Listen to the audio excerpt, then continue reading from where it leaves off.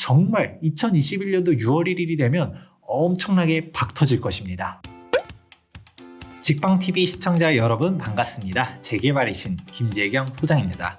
아무래도 다사다난했었던 2020년도를 뒤로 하고서 2021년도에는 보다 더 좋은 소식들이 가득 차면 좋을 것 같은데요. 그래서 직방TV에서도 2021년도 특집 영상을 한번 마련해 보았습니다. 2021년도 대재개발의 시대가 온다, 이렇게 준비해 보았습니다. 일단은 부동산 시장이 올라간다는 부분들에 대해서, 그리고 정확하게는 똘똘한 한 채, 이런 식으로 이야기를 했었었는데, 어떤 한 채를 만들려고 하느냐, 그리고 한 채를 좀 더 늘리려고 했었을 때 방법이 없는가라고 했었을 때 재개발을 주목할 수밖에 없다라는 것입니다. 그래서 2021년도는 정말 재개발에 주목하고 싶지 않더라도 재개발을 공부할 수밖에 없는 한 해가 될 텐데, 하나씩 풀어가 보도록 하겠습니다. 2021년도 재개발 키워드 탑 3 한번 정리해 보았는데요.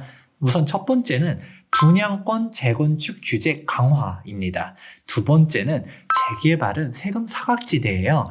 우리가 재개발 같은 경우는 이전에 직방TV 재개발의 신에서 여러 번 이야기했었는데, 이렇게 피하고 저렇게 피하고 하는 세금들이 많거든요. 세 번째, 도심 정비 사업이 앞으로 보다 더 활성화될 예정입니다. 자, 우선은 우리가 6.17 7.20 대책 나오면서 규제가 어마어마하게 세졌는데, 그중 첫 번째 키워드가 뭐였을까요? 바로 분양권 규제 강화입니다. 2021년도 6월 1일이 넘어가게 되면 분양권은 사실상 전매 사용 선고가 떨어지게 됩니다. 1년 미만 같은 경우는 70%의 양도소득세율이 적용되게 되고요. 1년 이상이면 60%입니다. 여기서 지방세 10%까지 더해지면 77%, 66%인데, 기존에는 비조정 대상 지역 같은 경우는 규제를 안 했었는데, 이번 규제에는 그런 게 없어요. 조정이든 비조정이든 분양권이기만 하면 무조건 규제를 싹 들어가고요. 피해갈 수 있는 부분들이 없습니다. 그렇다고 해서 아파트로 끌고 가자니, 아파트가 되면 지금 다주택자 규제 강화가 엄청나게 늘어났잖아요. 지금 분양권을 단순히 투자용으로 들어가기는 어렵다가 첫 번째고요. 또 규제가 재건축하면 어마어마하게 많이 늘어난다는 이야기 많이 했었었는데, 첫 번째는 대표적으로 재건축 초과이익 환수제가 어마어마하게 세졌다.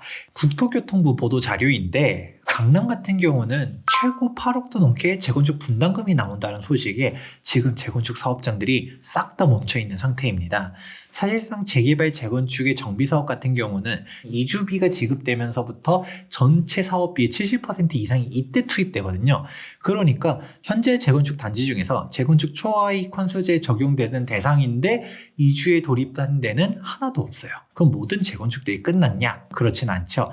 2018년도 전에 관리처분 인가를 신청했었던 재건축 단지들은 재건축 초과이익 환수제에 적용되지 않다 보니까 이 재건축들은 주목하면 좋다라는 정도까지도 참고해 보시면 좋을 것 같습니다. 그 다음에 거주 요건도 엄청난 거거든요. 근데 유예됐었죠. 국회에서 그게 이번에 통과가 안 되다 보니까 현재로서는 2021년도 3월달 정도에 개정되지 않을까라고 보고 있습니다. 근데 재건축에 대한 일말의 희망이 이렇게 사라지면서 지금 재건축 투자자들이 재개발 쪽으로 어마어마하게 몰려오고 있는 상황입니다. 그리고 또 규제 사항들, 조합원 지위 금지 같은 경우도 2018년도 1월 24일 이전에 사업시 인가를 신청한 재개발 지역 같은 경우는 관리처분 인가나도 전매가 가능하다. 재개발과 재건축의 온도 차이가 완전히 다르다라는 부분 이야기했었고요. 그리고 제가 두 번째 포인트가 뭐라고 했었었죠? 세금 규제가 재개발을 싹 피했다는 이야기를 했었어요. 그럼 이게 무슨 말인지 하나씩 보도록 할게요. 우리가 7.10 대책이 나오면서 가장 컸었던 규제 중 하나가 바로 취득세였습니다. 그런데 재개발 같은 경우에서는 이 취득세를 피할 수 있는 상품들이 존재한다. 바로 무엇이냐? 재개발에 도로, 상가, 무허가, 입주권 이런 식으로 있다라는 부분도 이야기했습니다. 일단은 도로, 상가 같은 경우는 당연히 주택이 아니기 때문에 4.6%의 취득세고요.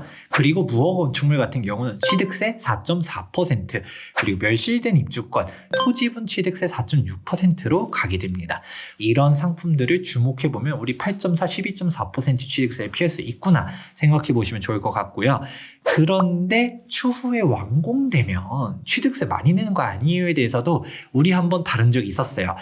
입주권 같은 경우는 원시 취득이다. 보존 등기에 대한 취득세율 우리 85제곱미터 이하라고 하면 2.96%, 85제곱미터 초과라고 하면 3.16%라고 했었고요.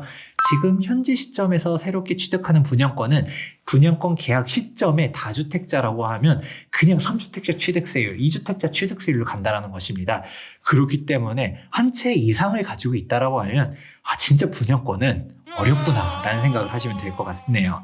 그런데 취득세를 해결한다고 해서 끝인가요? 아니죠. 우리가 세금이라는 거는 취득하고 보유하는 동안에 세금이 한 번 더 나오잖아요. 그게 바로 무엇이냐면 종합부동산세. 종부세 같은 경우는 정말 2021년도 6월 1일이 되면 엄청나게 박 터질 것입니다. 왜냐?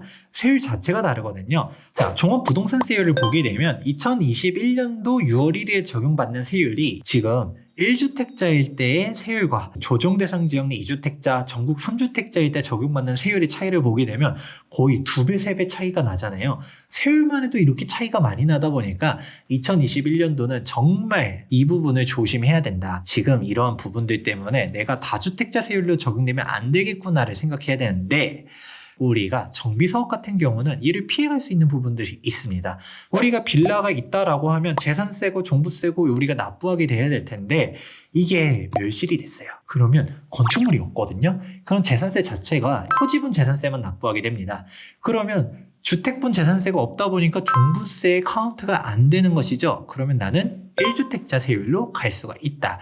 그리고 설령 내가 가지고 있는다 하더라도 워낙 과세 표준 자체가 낮다 보니까 종부세 부담이 낮다. 이 부분을 기억해 두시면 좋을 것 같습니다. 자, 그러면 우리 지금 취득 얘기했었죠. 보유에 대한 얘기했었고 그러면 맨 마지막 양도가 남았죠. 지금 현재 내가 다주택자가 되면 진짜 뼈도 못 추리거든요. 왜냐? 2021년도 1월 1일부터는 최고 세율 10억 초과 45%가 새롭게 생깁니다.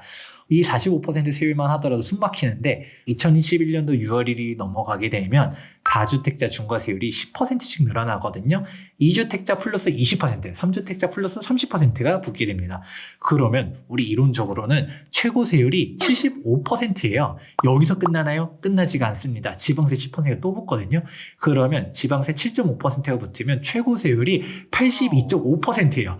이거 어떡하지? 라고 하실 수가 있을 텐데 이 양도소득세도 재개발은 피해갈 수가 있다. 내가 A주택을 가지고 있고 B주택을 가지고 있고 C 입주권을 가지고 있어요. 이 입주권이 다른 주택을 매도할 때는 주택수에 들어가지만 입주권 그 자체는 주택이 아니라 주택을 받을 수 있는 권리거든요. 권리에 대한 양도소득세이기 때문에 일반 세율이다. 그런데 이제 마지막 키워드가 뭐냐? 바로 도심 정비 사업이 보다 더 활성화가 될 것이다 이야기를 했었는데요. 지금 2019년도, 2020년도, 2021년도 공급량 쭉 떨어지는 거 보이는데 그 다음 년도 가게 되면 더 심해지거든요. 2022년도, 2023년도 보게 되면 어떻게 돼요? 서울만 보더라도 공급량이 쭉쭉쭉쭉쭉 떨어지고 있죠. 그렇다 보니까 이 상기 신도시도 기다리려면 너무 멀리 있는 것 같고 실질적인 도심지에 공급량이 적다 이런 비판들이 많다 보니까 최근에 이야기 나오는 부분들이 무엇일까요? 가로주택 정비사업 공공재개발 공공재건축이 있어요. 그런데 공공재건축은 일단 X. 왜냐? 공공재건축이 실제로 되려면 현실적으로 규제가 너무 많아요. 근데 공공재개발 같은 경우는 실질적으로 많이들 동의를 하면서 추진하려고 하는 이유 자체가 우리가 사업비 같은 경우도 저리로 대출해주고 분양가 상한제도 피할 수 있게 해주겠다 하다 보니까 앞으로도 계속적인 이슈들이 될 것이다 라는 부분도 알아두시면 좋을 것 같습니다. 가로주택 정비사업 같은 경우도 활발하게 진행되고 있는데요. 제가 보았을 때 이렇게 가로주택 정비사업 공공재개발 앞으로 2년, 3년 정도는 계속적으로 주목을 받을 것으로 보이고 있는데요. 그런데 여러분들이 주의하셔야 되는 부분들도 있습니다. 이러한 개발 자체가 아무렇게나 다 되는 건 아니다. 우리가 노후도라든지 접도율, 과소필지 이렇게 요건들이 다 있거든요. 시대적 대세에 편승하는 업자분들도 있다 보니까 여러분들이 조금 조심해야 되지 않을까라는 생각들이 강력하게 들고 있습니다.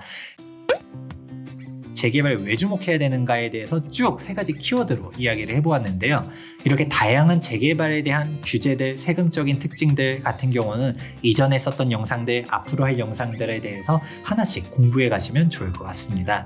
오늘 영상도 도움이 되셨다면 좋아요와 구독하기 눌러주시기 바라면서 2021년도도 직방TV 재개발의 신 더 좋은 영상으로 계속적으로 찾아뵙도록 하겠습니다. 지금까지 부동산 주치의 김재경 소장이었습니다. 감사합니다.